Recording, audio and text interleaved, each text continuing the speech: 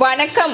கலாம் ஆண்டு 5 மாதம் 11 நாள் 5 திங்கட்கிழமை ஆகஸ்ட் 18, 2025. இன்றைய நம்பிக்கை செய்திகள். நல்லூர் வட்டத்தின் மாநில பொறுப்பாளர்கள் மதுரையில் சந்திப்பு. கலாம் ஆண்டு 6 புத்தாண்டு விழாவிற்கு திட்டமிட. அக்டோபர் 15 கலாம் ஆண்டு 6 புத்தாண்டு விழா மதுரையில் நடைபெற நல்லூர் வட்டம் முடிவு செய்துள்ளது. இந்த விழாவானது வழக்கம் போல முழு கட்டுப்பாட்டுடன் நடப்பதுடன் தமிழகம் நெடுகிலும் இருந்து மாநில, மாவட்ட, துறை, கள, மண்டல பொறுப்பாளர்கள் மட்டுமே இவ்விழாவில் கலந்து கொள்வதுடன் தமிழக ஆளுமைகளான பிரமுகர்கள் பலரும் கலந்து கொள்ளவிருப்பது கூடுதல் தகவல். இதற்காக மதுரையில் பல இடங்களை பார்வையிட்டு இறுதியாக AKNK பேலஸில் நடத்துவதென முடிவு செய்யப்பட்டது. அந்த மண்டப ஏற்பாடுகளை மதுரையில் பிரபல தொழிலதிபர் திரு பிரபு கவனித்து வருகிறார். ஆகஸ்ட் 31 அன்று நல்லூர் வட்டத்தின் மாநில, மாவட்ட பொறுப்பாளர்கள் 60 பேர் மதுரை AKNK மஹாலில் சந்தித்து பார்வையிடவிருக்கிறார்கள். அதன் பிறகு மதுரையில் உள்ள உலக சமாதான ஆலயத்தில் சந்தித்து திட்டமிடவிருப்பதாக இவ்விழாவிற்கு பொறுப்பேற்றுள்ள மதுரை மண்டலத்திற்கும் பொறுப்பாளரான திரு குறிஞ்சிமணி தெரிவித்தார். நம்பிக்கை செய்திகளுக்காக சென்னையிலிருந்து தயாநிதி. கௌதம் காஞ்சிபுரத்தில் மாணவர் கள கட்டமைப்பை வலுப்படுத்திய சந்திப்புகள். மாணவர் கள பொறுப்பாளர் கௌதம் மற்றும் திறமை திருவிழா பொறுப்பாளர் செல்வன், வாசு இருவரும் காஞ்சிபுரம் மாவட்டத்தில் 3 மணி நேர அதிரடி சேவை பொறுப்பாளர் ஸ்ரீ கணேஷ், சாதனை மாணவர் துறை பொறுப்பாளர் செல்வன் பிரணீத் ஆகாஷ் மற்றும் அறிவின் அறிவித்துறை பொறுப்பாளர் செல்வி ஜெயபிரதா ஆகியோரை அவர்களது இல்லங்கள் தேடி சந்திப்பு அவரவர்கள் துறைக்கு வலு சேர்க்கும் விதமாக அமைந்தது. அடுத்ததாக அனைவரும் இணைந்து லட்சிய ஆசிரியர் துறை மாநில பொறுப்பாளர் மேனகா அவர்களின் இல்லத்தில் சந்தித்தது ஒருங்கிணைப்பில் வலிமையை கண்கூடாக உணர்த்தியது. மாணவர் களத்தில் உள்ள 4 துறைகளான லட்சிய ஆசிரியர்கள் துறை, சாதனை மாணவர்கள் துறை, கல்வி கோயில் மற்றும் திறமை திருவிழா ஆகிய துறைகளின் அடுத்த கட்ட செயல்பாடு பற்றி விரிவாக ஆலோசிக்கப்பட்டது. மாநில வழிகாட்டி திரு அன்பு அவர்களின் வழிகாட்டுதலின்படி கலாம் ஆண்டு 6 சார்ந்த கலந்துரையாடலும் முக்கிய இடம் பெற்றதாக செல்வன், வாசு தெரிவித்தார். லட்சிய சமுதாயத்தை கட்டமைக்க 2 மாவட்டங்களுக்கு பொறுப்பேற்கும் புதிய மாவட்ட பொறுப்பாளர்கள். கலாம் ஆண்டு 5 100 துறைகளுக்கும் 38+1 மாவட்டங்களுக்கும் தகுதி வாய்ந்த பொறுப்பாளர்களை பொறுப்பேற்க வைக்கும் முயற்சியில் தூத்துக்குடி மாவட்டத்திற்கு NLC Tamil power limited, Thoothukudi NLC India limited முன்னாள் ஜெனரல் மேனேஜர் சோமசுந்தரம் பொறுப்பேற்கிறார்.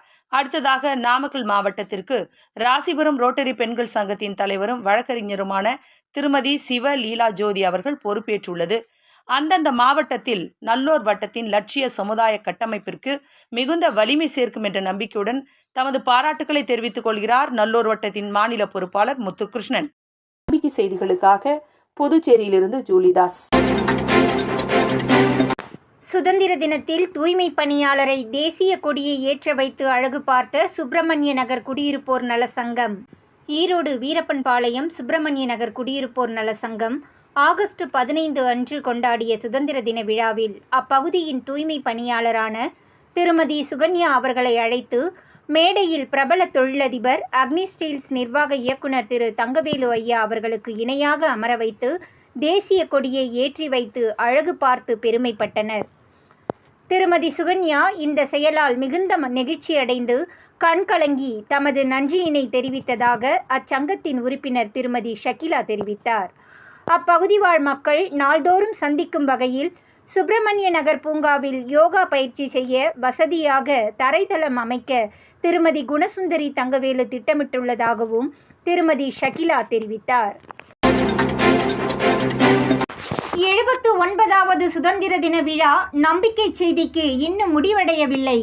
அரிய தகவல்கள் இன்றும் உண்டு. ஒரு எளிய இளைய பெண்மணியின் ஒப்பற்ற நாட்டுப்பற்று. திண்டிவனம் அருகில் மயிலம் கிராமத்தை சேர்ந்தவர் அமுதா. வயது 35. தமது தாயாருடன் வசித்து வருகிறார். BCom பட்டதாரி. நிரந்தர வேலை இல்லை. ஹோம் நர்சிங் செய்து வருகிறார். உடல்நிலை காரணமாக அதுவும் தற்போது இல்லை. அது என்ன ஒப்பற்ற நாட்டுப்பற்று என்று பார்ப்போம். இப்படி எளிய இளைய பெண்மணி 10 ஆண்டுகளாக செய்து வருவது என்னவென்றால், ஆண்டுதோறும் சுதந்திர தின நாளில் தேசிய கொடியை வாங்கி மக்களுக்கு வழங்கி வருவது. நடைபெற்று முடிந்த 79வது சுதந்திர தினத்தன்று அமுதா இந்த நிலையிலும் 1000 கொடிகளை வாங்கியுள்ளார். அன்று அதிகாலை முதல் மக்களை சந்தித்து ஒவ்வொருவருக்குமாக கொடுக்கவும் சட்டையில் குத்தவும் ஆரம்பித்துள்ளார். அதில் 100 கொடியை ஒரு பள்ளிக்கு அளித்துள்ளார். 5 கொடியை ஒரு பாட்டி தமது பேர பிள்ளைகளுக்காக கேட்டு பெற்று சென்றுள்ளார். மற்ற கொடிகள் அனைத்தையும் 895 பேருக்கும் தாமே மக்களுக்கு வழங்கியிருக்கிறார். அதில் சில அனுபவங்களை அவர் பகிர்ந்து கொண்டபோது, அன்று கட்டிட தொழிலாளர்களை கண்டு அவர்களிடம் கொடியை வழங்கிய போது அவர்கள் கொடியை பெற்றுக்கொண்டு நன்றி தெரிவித்து சல்யூட் அடித்துள்ளார்கள்.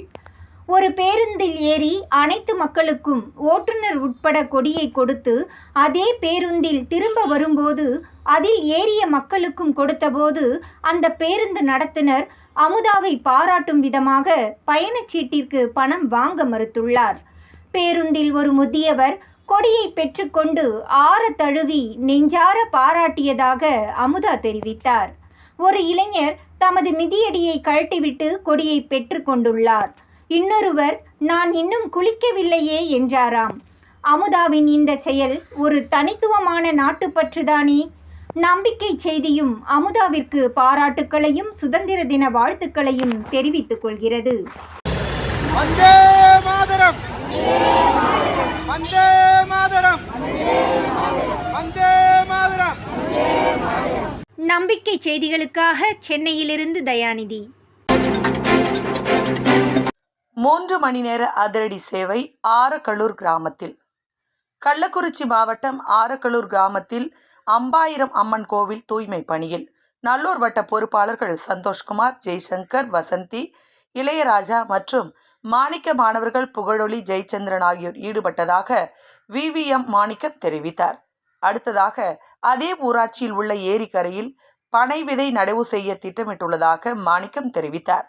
நம்பிக்கை செய்திகளுக்காக புதுச்சேரியிலிருந்து ஜூலிதாஸ். இத்துடன் இன்றைய நம்பிக்கை செய்திகள் நிறைவடைந்தன.